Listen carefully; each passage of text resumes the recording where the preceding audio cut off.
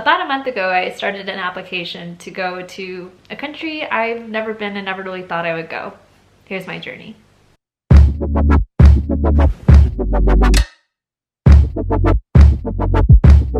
My grandfather, he grew up in Lahore, Pakistan, and during the partition he fled to India. He would go to Dera Gurdwara on the Indian side of the border and use a set of binoculars to see Kartarpur Sahib, which was only less than 5 kilometers away. And all his life, he wished he could go back to that place that was so important to him and has so many memories. And unfortunately, he never had the chance to go. In the back of my mind, I was always telling myself, just like him, I could never see this place. That all changed in 2019 when I opened Facebook and I saw many of my friends posting about this corridor being opened after decades. And still in the back of my head, I almost thought this was too good to be true. There is no way that I can ever visit this site. But I decided, like, let's take a chance. I'm going to India soon. Let's fill out the application. Worst comes to worst, I am denied and I'm not able to go. But if I am given access, then I might be able to take my grandfather's memory back to this place he could only see from a set of binoculars. And that was enough for me to try. And so that's what started the application process. The application was pretty simple. It mostly asked questions about our backgrounds, things like our blood group, and as well as like relatives information that we had in India. And so in order to assemble all that information together, that's kind of what took the longest. But once we submitted it, it was really a waiting game to see whether or not we were going to be given approval to go. We actually weren't given approval until 3 days before we really wanted to go. In the early morning of December 18th, I woke up really early to take a bus from Amritsar, India to Dera Nanak Gurdwara in India. Once we reached the Gurdwara, we realized that we had actually taken the wrong route. We needed to take a bus that was at the bus terminal to the corridor. So my mom and I kind of gave up and we decided we were just going to take an auto taxi all the way to the Kartarpur corridor. Along that way, we were probably stopped at least 5 times by guards along the way on that route, asking to check our confirmation that we had received, which we had to print out at home, as well as our passports. So that was a step that was constantly done until we reached the terminal. So right now we're on the Indian side of the border. They are building this incredible terminal building. We get checked on the outside once again for our information and our passports, and then we're let in.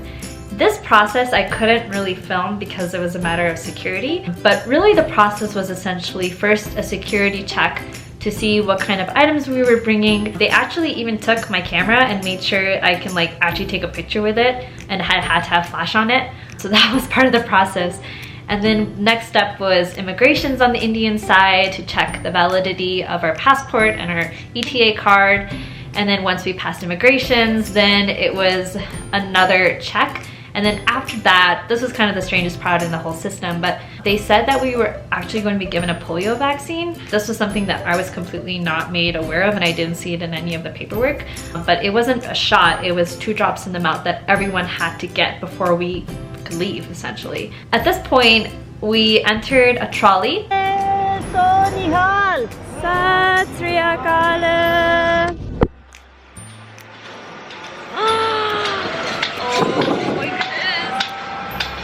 We are heading to Pakistan. For me, I was able to look directly across no man's land and see the gates open. And it was just kind of like, almost like a feeling that just felt very surreal. Like, this can't be possible, this can't be happening. And that's when we crossed the border. Ready? Crossing the border. Mom! Oh my god. Thank you, Ji. Thank you, Ji. We are now in Pakistan.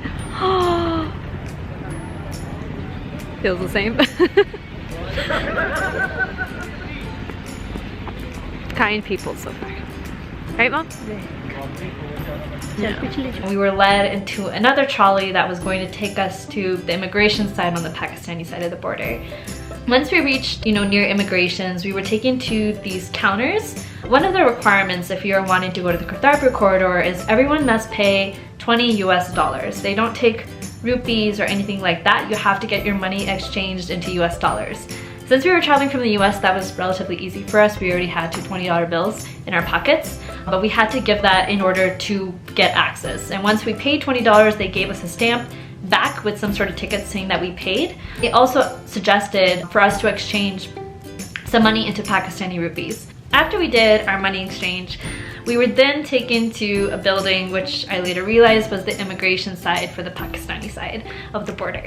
I was told I could not make videos inside this place, so I don't have much footage from here, but essentially it was very similar to what was done on the Indian side, where they checked our passports, did another security check of our items, and then also gave us this lanyard that had a placard on it that welcomed us pretty much to Kartarpur Sahib.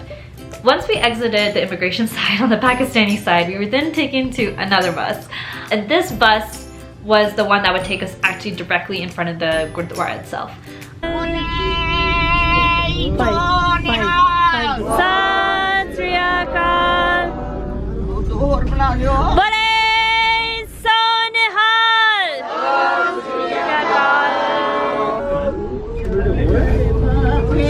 I'm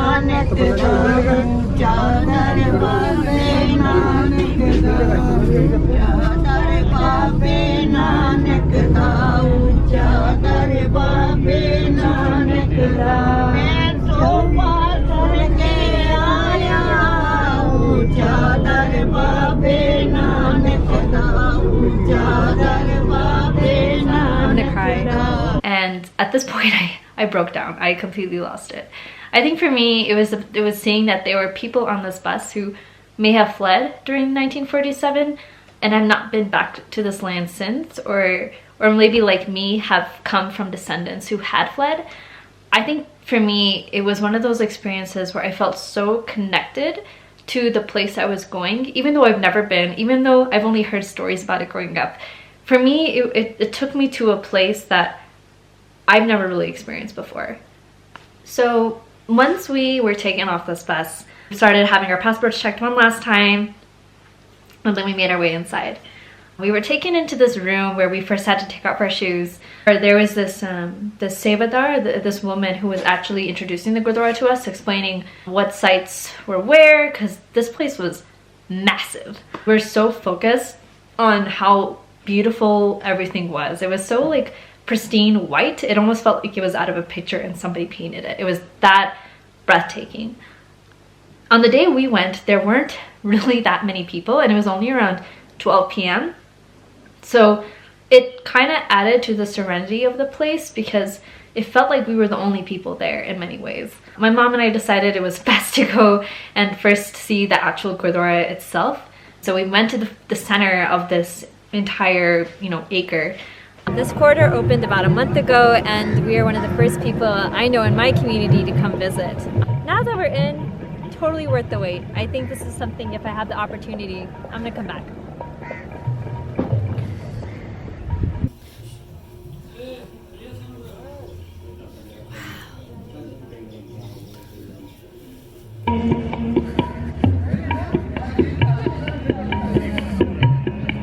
Wow.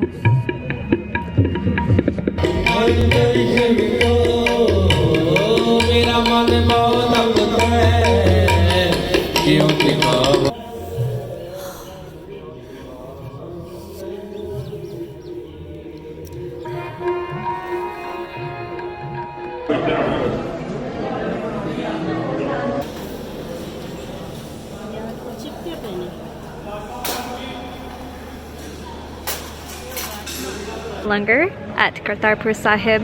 They had rajma, rice, bread, tea, and interestingly enough, most of the sevadars were not Sikh. They were Muslims and Christians who were actually giving us langar. Kind of special because they were so kind when doing it. They were like taking time to be like, they said to my mom like, I hope you have a long life, and very sweet and humble and kind people. But langar hall's massive. We only used half the space. Anyway, it's amazing. Very amazing. And so after we had langar, we decided to go take a look at that Sikh history museum.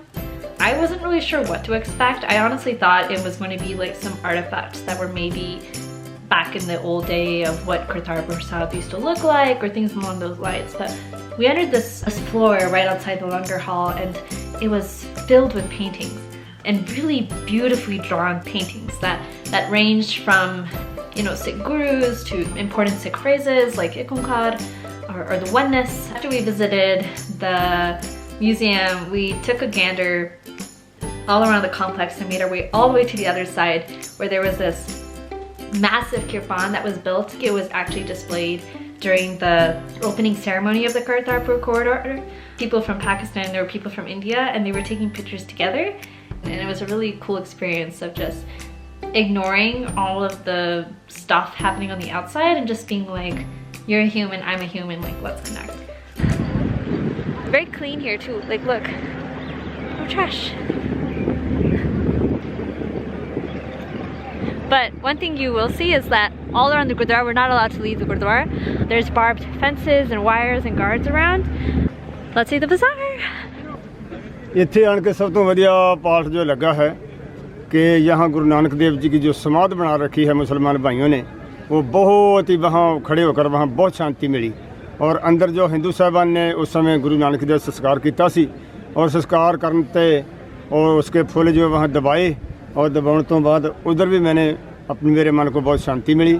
तो मैं ये गुरुद्वारा तकरीबन राय बलार की 24,000 एकड़ ज़मीन थी, जो कि जाते समय गुरु नानक के नाम पर वसीयत करा कर गया था। तो राय बलार की आखिरी तमन्ना भी थी कि मेरा जो है मेरी समाध ननकाना साहब गुरु नानक के चरणों में बनाई जाए। उन्होंने ऐसे करके राय बलार जब इस दुनिया से चले गए, उनका जो पार्थिव शरीर है ननकाना साहब ने दफनाया, और उसकी आज भी समाज जो है वहाँ पर बरकरार है। So, just came back from the bazaar. A little pricey. I think they had very similar things to what you can get in India. A little bit of a style difference, so if you really want to buy things, you can. At this point, it was probably around 4 p.m. and we started hearing this sound, which was to let everyone know, like, it's time to pack up and go.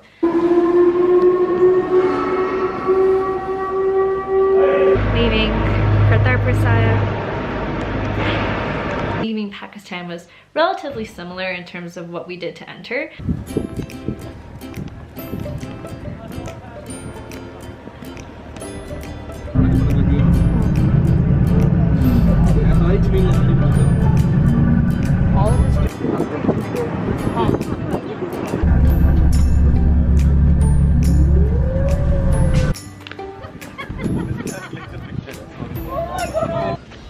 Now Noreen is in Pakistan, and here she's going to enter in India. You're in India too now. Back in India. Here's the border. Actually, any of the paper items we were given from both the Pakistani side and the Indian side were taken back from us. So there was no paper trail of us ever really even being there in the first place. The only memento that I have from that trip was something we bought right before we left.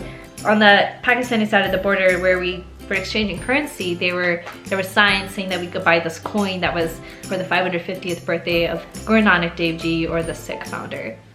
So I figured, like, why not buy 3? So I had to use Pakistani rupees. I kind of want to just go back and relive it all over again, because I mean, it's one of those experiences you will never ever forget once you do it. And I think even if you don't have history there, it's still something that kind of reminds you of what is important in life. You know, when you see people who are not Sikh taking care of a Sikh house of worship,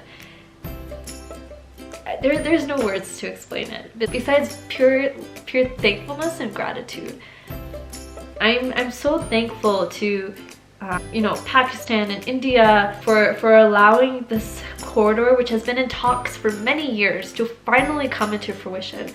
I'm also very, very thankful to people on both sides who had discussions and had open conversations to make this a reality for Sikhs. Because at the end of the day, this was about connecting people with a deeply religious site. And that is something that should never be taken away. You know, some of the requirements that are included in the application are having a passport and having $20 US. And I know that for some, those are very hard to come by. And so I had to remind myself the entire time that I was there is that I'm one of the very lucky few that got to go and kind of go into that whole experience with that type of mind and just be incredibly grateful with everything I am seeing, from the marble that is being used on the floor to the Shabad that is being sung inside the Gurdwara. I had to remember and take in everything, because unlike me, there are millions of people around the world as well as inside India that still don't have access to this place. Some general tips I have if you're planning to visit is, one of the things that says in the application is you're allowed 7 kilos of weight. Once we reached there, we realized why there was probably that restriction. There was a group of men who were bringing Indian tomatoes. And so my mom and I asked them, like, why are you bringing this? And they said, this is actually a donation for the langar. Tomatoes on that side of the border are a lot more expensive, and so we wanted to bring them from here and donate them. If you are going, like, don't make the mistake I did. Bring something, food that you can donate to the langar there.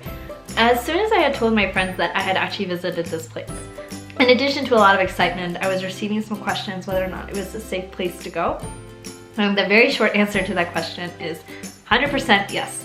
I was actually even taking my Canon Mark, which I was using to actually film a lot of the footage, out in public and open, and not once did I think to myself, like, maybe I should put this back in my bag. This entire experience is one, you know, as cliche as this sounds, is one I will never forget in life.